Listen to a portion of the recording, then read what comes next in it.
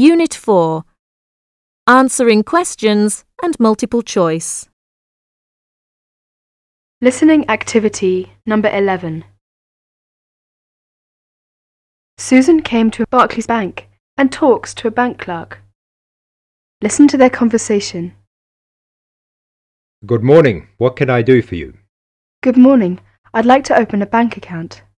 What kind of account do you want? I'm not quite sure. I'll be a college student. I simply require a safe place to keep my money and easy access to it. Can you recommend an account for me? All right. Do you get a grant? No, I will be supporting myself. I see. You could open an instant account. What's an instant account? Basically, it's an interest account.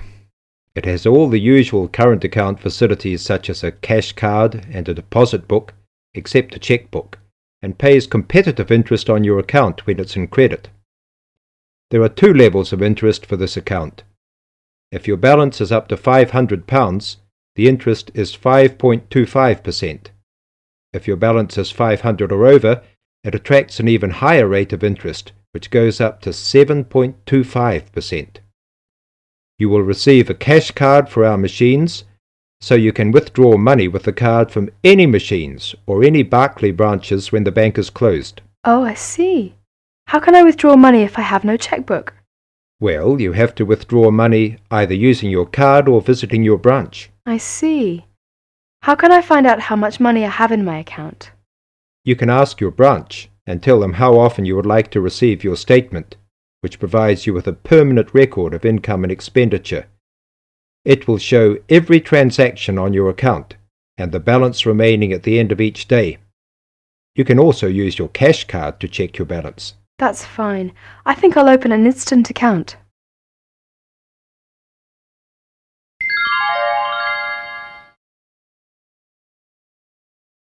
Listening activity number 12. You will hear a job interview. As you listen, answer questions 1 to 10. Please sit down, Mr. Wilson.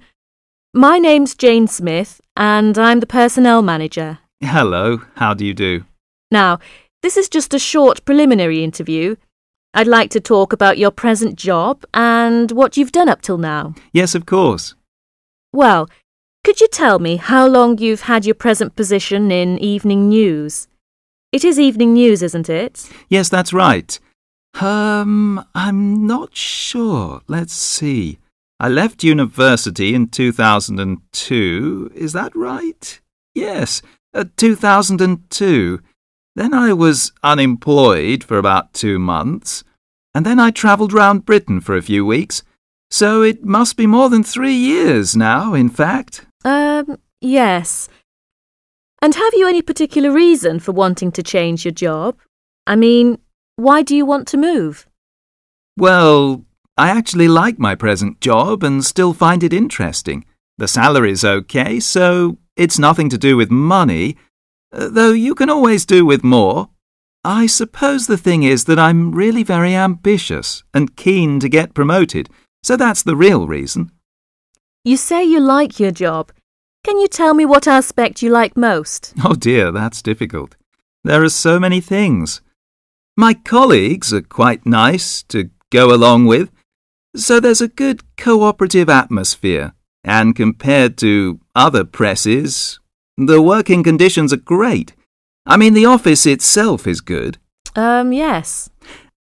And then there's the fact that as a journalist, I regularly write articles about what is happening at home or in the world. So I have to make decisions. I must be responsible for what I have written. You know, that's what I really like most about the job. They give me lots of room for initiative. Yes. Well, we're looking for someone who isn't a clock watcher and who isn't too concerned about working fairly long hours. Oh, I don't mind that. I'm used to it. I often work irregular hours. I was very often made to work at night. Some sort of job that would come up, that was very important, and they said it had to be finished. It's got to go into the newspaper the next day. There was a lot more pressure in writing an article for the newspaper. And what about your education? You went to Leeds University, didn't you? Yes, after leaving school, I started a diploma course in design at the university, but I decided to change courses and did a postgraduate diploma in social and public policy instead. Good. Have you done any courses since?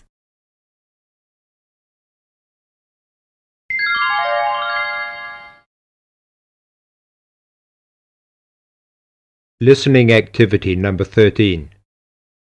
You'll hear a dialogue between a foreign student and a student union officer. As you listen, answer the following questions. Good morning. Can I help you? Yes, I'd like to know something about the British medical scheme. Yes. What's your question? Can I use British doctors if I fall ill? That will depend on how long your course of study is. If it is 6 months or more, then you are entitled to treatment from the British medical scheme, called the National Health Service, NHS, as if you were a British citizen. With the NHS, consultations with doctors are free, but you will be asked to pay something towards the cost of medicines. In 1987, this is £2.40 for each item of medicine. You are also entitled to free treatment in British hospitals.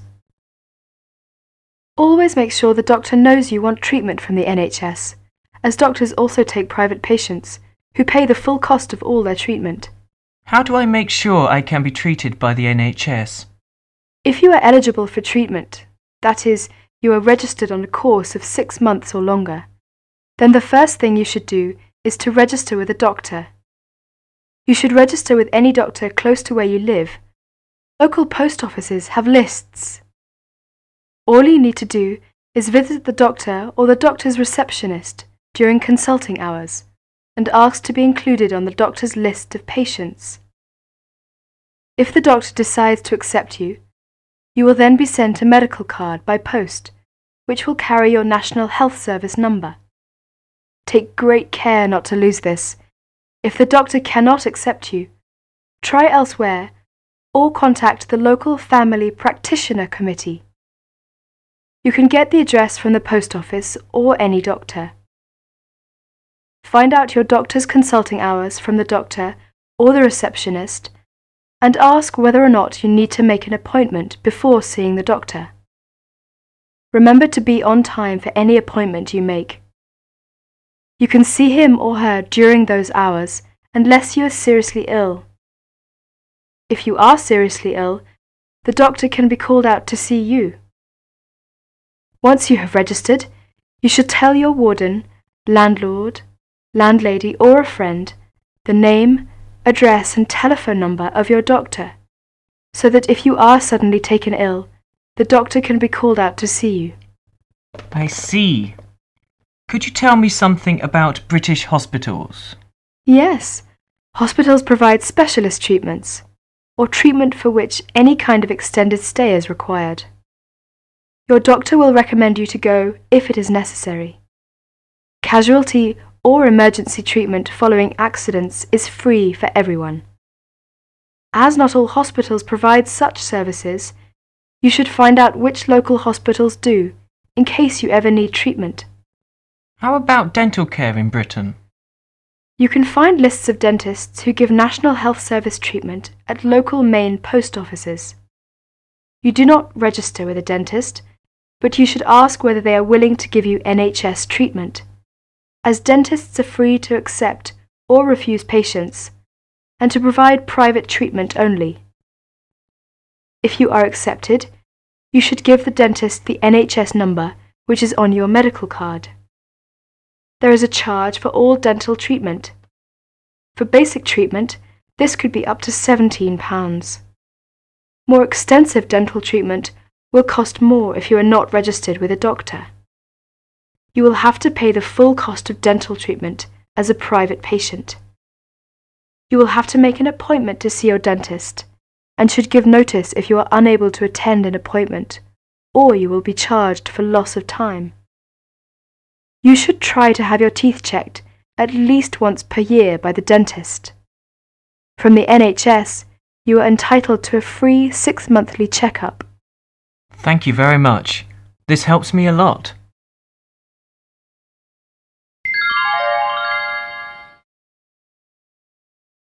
Listening activity number 14. You are going to listen to the director of a college talking about his school. Listen to the talk and answer the questions. Many of you already have a reasonably firm idea of the general subject area you wish to study. Others are more open and searching for ideas. Whatever your situation, I hope you find that we have a course that meets your needs. Our firm aim is to be a student-centred institution with a special emphasis on flexibility. This begins with our attitude to access. We judge people on their motivation and commitment to study as much as, if not more than, formal qualifications. This is reflected in the vitality and diversity of our student population. Some of our students come direct from sixth form or college. Others are coming into higher education after a short or long gap from formal education. Some are seeking a specific set of skills with a particular job or profession in mind. Others are retraining or studying to give their careers a new direction or dimension. Some are learning about the very latest scientific, technological and commercial knowledge. Others are stretching their minds on sensitive environmental, social and cultural issues. Even a casual observation of the mix of our student body indicates that we're close to our aim of being a polytechnic for the whole community. To meet our students' needs, we have 500 academic and a further 500 support staff committed to good quality teaching, high standards and sensitive and sympathetic student care. We have probably the longest experience of understanding and dealing with the differing needs of a diverse student population. I hope you'll find a suitable course at the Polytechnic College.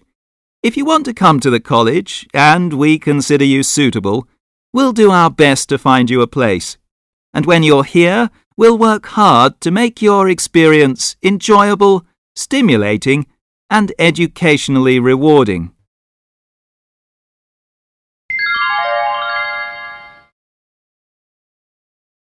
Listening activity number 15. You are going to hear a talk about Bell College. As you listen, answer questions 1 to 10.